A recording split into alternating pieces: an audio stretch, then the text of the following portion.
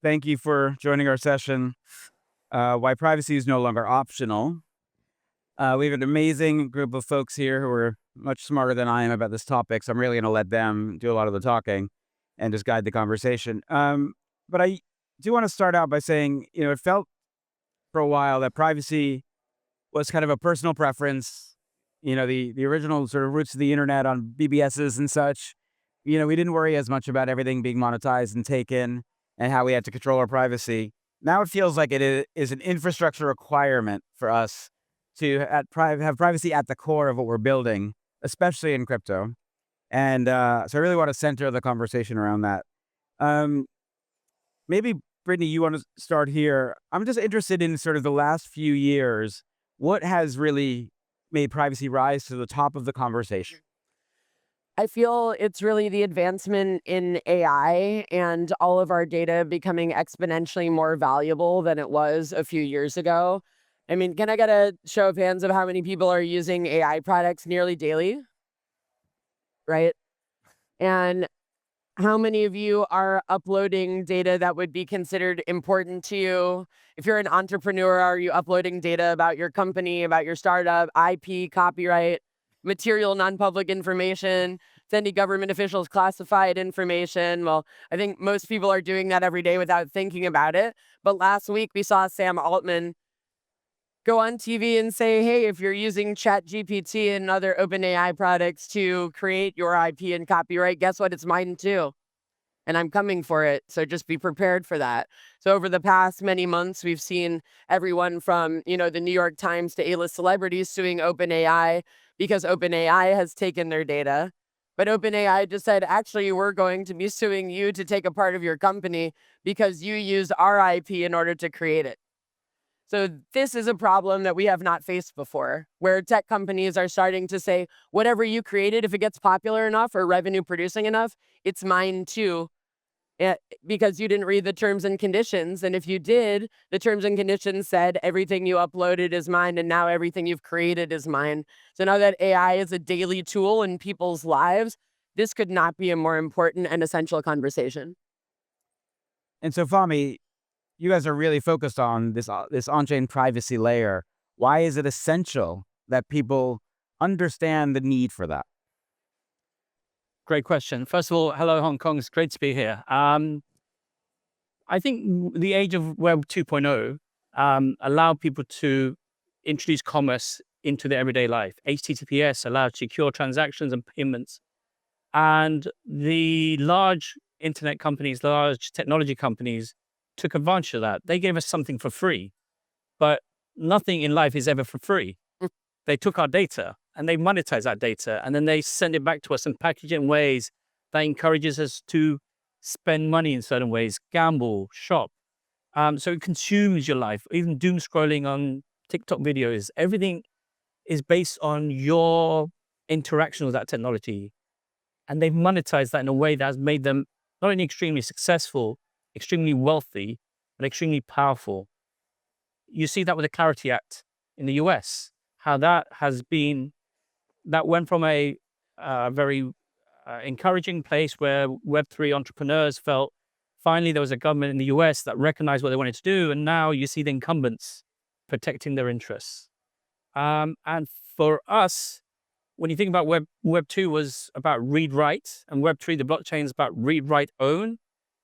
Midnight is taking that further by thinking about it as read, write, own, and protect. AI agents, when you introduce them into your space, have no care for you. They are programmed to monetize what you don't even know you have. And that's an important philosophy that needs to be introduced. That freedom that you think you get, that free access, comes at a cost. And we're very keen with Midnight, with our partners, to protect what rightfully is yours. All right. So, Richard, you're with a small company in the data space, but Google and companies like Meta really turn personal data into the most valuable asset on the earth. And your attention is having to figure out, how do you manage personalization and privacy at the same time. Backstage, we were talking about how you guys put a lot of resource into the the sort of private and secure layer of what you do. But sort of how do we look at that balance of I want something that feels very native to me as an individual, so you have to know a lot about me, and we have a business that thrives on the ability for us to have people target you. Yeah, look, I think when we talk about personalization and privacy, I think it's probably two sides of the same coin, to be honest. And I think the key to that coin is like user trust. So I think the key is giving the user control and transparency over the information that they have, what they decide to share, and we can build the most private services that those users can then find helpful, right? Of course. Yeah, so I think by putting the power in the user's hands and making them aware, I think they should care about it. I think Brittany mentioned AI and the proliferation of data, which is super important. And I think the more we can do that, the more we can build that user awareness, I think the better it will be for the controllers of our own information, right? But I think privacy by default is a standard that we absolutely aim for sure. Just to follow up, when we think of the scale of users who are using Google products, how many of them do you think are aware that privacy is something they should pay attention to? Again, it comes back to the point of transparency, right? We absolutely believe users should care about their data, of course, and should care about how they manage their own data. So again, all of our services are private by design. We talk about secure by design. So we give them the freedom, we give them the choice. We make those services transparent, but we make sure they're private by default. And Fahmi, the sort of transparency layer of blockchains has been its superpower and its Achilles heel. Yes. But now we are sort of at a moment where where the opportunity really exists for us to figure out what are we comfortable disclosing. But there are a lot of OGs in the crypto space that sort of want things not to change. So what's your answer to them, which says, no, this is what makes blockchains amazing, is that everything is transparent and out there? Yeah, when you go back to the origins of blockchain and Bitcoin, it was about removing censorship. It was around following the financial crisis and various data leaks that had happened. How do you give people ownership of their asset? So they read, write, own. How do you give them ownership of their asset, ability to have peer-to-peer transactions, borderless, without censorship? But that came at the cost of transparency. That was a compromise. Because how do you provide truth? Often you have to disclose information for the truth. And that radical transparency enabled the success of Bitcoin and other sort of chains that followed. But in the real world, that's not how it operates. Brittany and I were speaking. You don't leave the front door open, leave the lights open and say, hey, everybody come and have a look. You protect that because your home is your castle, as an Englishman would say. So the same exists around your data. We believe at Midnight that you should have a choice at the application level, at the builder level. Choice between public and private. Through zero knowledge, through the tokenomics we designed, through the technology we designed, you have the ability to protect not only your data, but your metadata. The who you are, the way you are, is just as important what you do. That signals behaviors, it signals intents. We've heard many times in the crypto world, traders put on positions, and then what does everybody do? They either try and front run that, they either try and copy that and erode the alpha, or they trade against it. That's not how the real world works. You want to be able to protect sensitive informations, your assets, your salary, and other things. And as and when required, selectively disclose those through smart contracts that we have built and designed at Midnight. We call that rational privacy, the ability to decide what you share, when you share it, and with whom you share it. I think the idea of privacy by default is great. I also like the idea, though, that privacy by demand, because the masses want it. And Brittany, no one seems to be more litigious and representative of the people against big technology than yourself, having waged cases against Reddit, against Instagram, against Meta. So how do we get more people to say all of our products should have a Midnight layer, should have a Google security layer, and actually say this is the decision whether I'm even going to use it? Well, for me, it's really a digital literacy issue. Most people around the world don't really understand that when you are using most of the apps and technologies that you touch on a daily basis, that you are giving so much away. I mean, how many people have ever read the terms and conditions of an app that you use every day? Yep.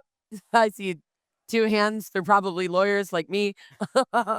But most people never read them because they're designed for you not to read them, so that without your explicit informed consent, all of your data can be taken from you. And that's why I'm so obsessed with not just the idea of privacy, which I believe is the most basic and fundamental digital right, that if you want to keep something to yourself, you should have the right to, but data ownership, which is the ability to actually own your data as an intangible personal property. So the way that you think about owning your house or your car, that your personally identifiable information and all data linked to that would also be something that you see as a property, and therefore you would want to protect. And that if someone were to damage it, that you would have legal recourse. So I have often helped represent millions of people around the world who have felt that their data, their property has been damaged by the way that big tech treats it.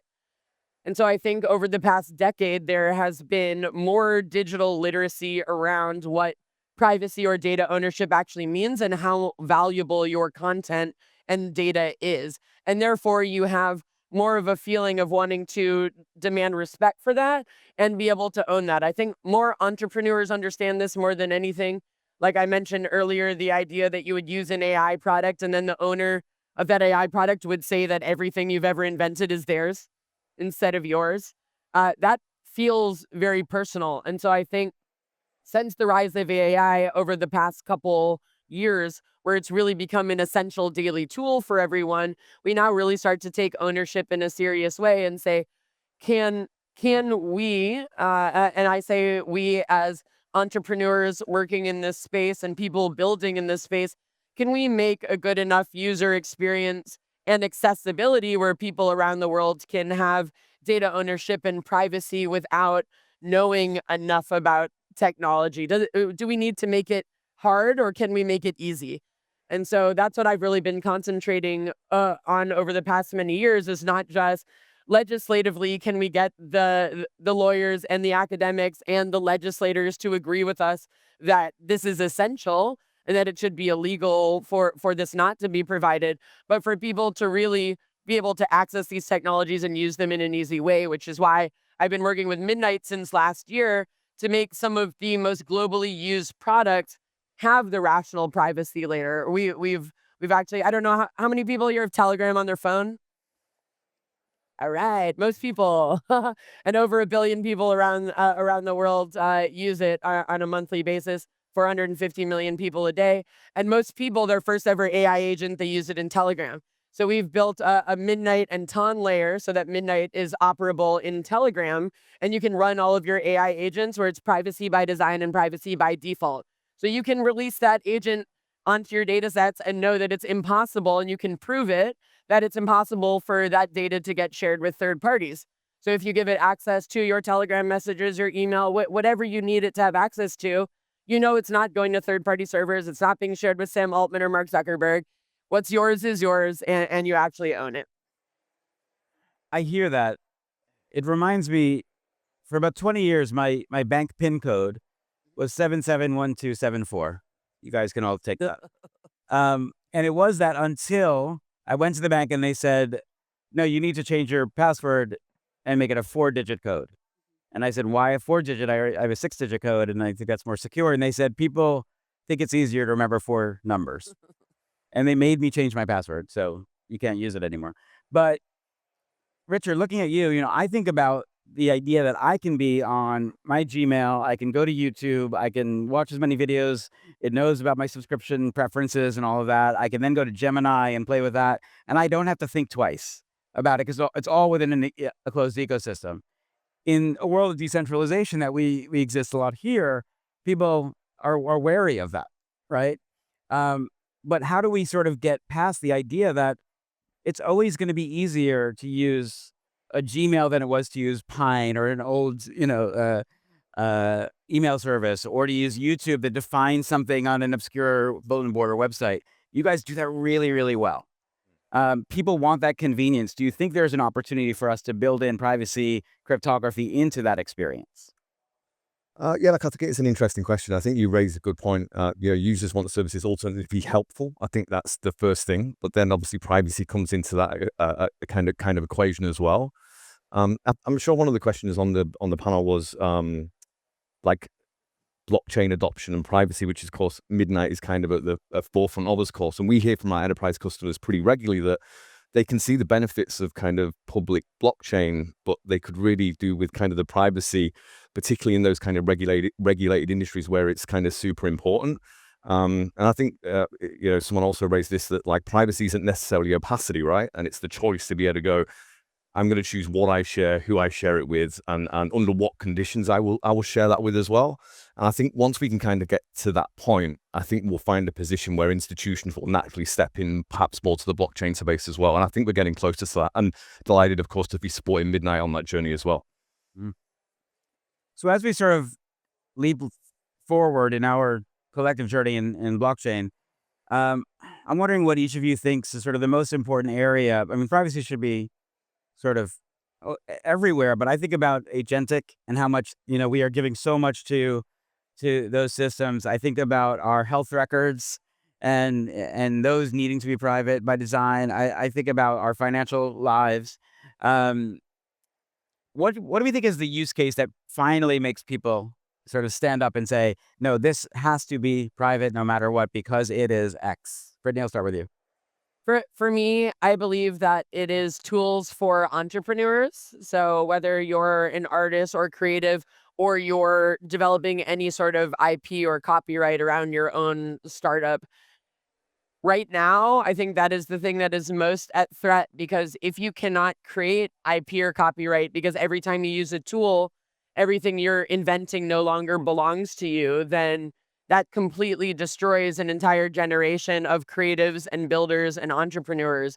So for me, I believe like your actual ability to own your data in a way where you can have IP, trademark, copyright, and full ownership of that data, and rolling that out so that it's easy for, a regular person to use that might not be very technically competent and doesn't know how to use advanced forms of encryption technologies or blockchain without assistance. It needs to be good UI, UX, so that it's accessible by billions of people around the world. And with a few clicks of a button, you have a privacy by design product that you can roll out and use yourself, for your company, and also for your family, of course. Fahmi, what's the use case that makes privacy top of mind? So payments. Look, we're all governed by consumer requirements. The internet has been built for us to consume and purchase and buy. So when you think about agentic AI and these agents are going to talk to bypass search engines and go and speak to different shops, enterprises, how do you make sure that it doesn't go and spend money that isn't yours? How do you know it doesn't go and disclose how much assets you've got to go and spend, and that you don't get bombarded, reverse engineered? So ultimately, privacy alone is not exciting. Most people don't care for privacy, but yet we live our life based on trust. You make friendships based on trust. You go and do business with people that you trust. So when you think about payments in using agentic AI, you've also got to Brittany's point, you've got to make it almost invisible. Good technology is invisible. I would love nothing more to never get on stage again and talk about Midnight, because it powers everything else without you even knowing it. It's like the good old days when you opened the laptop and you saw those adverts and you get that Intel jingle, powered by Intel. I would love Midnight to power these solutions, but these solutions need to exist along with other tools that make it based on truth, based on protection, based on smart compliance. So it's always protecting you, whether you're engaging in the UK, the US, here in Hong Kong. And that's important. But to almost everybody here, I'd imagine they want it to be invisible so they don't even think about it, but they know they're always protected. Richard, what's the use case? I think for me, it's probably identity. It's probably not quite as exciting as the two that you two just shared, but I think we are, in our day-to-day lives, probably sharing more than we ever probably should be in terms of, our age, location, demographic details, and all those kind of things. So I think the underlying technology around ZK proofs, which of course Midnight are very familiar with, allows you to kind of prove a fact without disclosing those details anymore. So I think the more we can kind of shield that identity and kind of just show people what we need to show them to prove something, I think that will be a really strong use case for, ZK and privacy more broadly. And that's a great point, actually. We already have that. We have trusted execution environments in our phone. Google Pixel, iPhone. There's a private enclave within that protects your biometrics, your payments, so whether it's Google Pay, Apple Pay. But how do you take that and speak to another environment? Again, you need a network or a privacy layer that supports that. Information exchange, identity exchange, payment exchange, IP exchange. That's where Midnight, as a permissionless blockchain, can create walled gardens that can speak to each other in a way that doesn't disclose sensitive information. Richard, I want to end on you. My question for you is, we are seeing innovation happen at a scale and speed we've never seen before, really through the Geminis and Claudes and OpenAIs. I feel like people are rushing to put out any skunk work project they can think of as quick as possible. They've completely ignored the idea of security and privacy. As someone who works at a software company that's done pretty well at developing software that people utilize, how essential is it that they think about these things before they ship? Yeah, I think it's a foundational component of any product build now, privacy and security. And I think privacy should be like an invisible thing. I think in the past, it's perhaps been a bit of a tax on user experience, and, users perhaps felt that as well. But I think now, people need to build products with security and privacy in mind. And we talk about privacy by design that kindly Brittany referenced. So I think that's super important. I think as long as that's top of mind and, the users can feel safe and secure in, their information and where that information is, then I think it'll be a better place. All right. Thank you for spending this time with us. Thank you all for your wisdom. Thank you, guys. See you soon.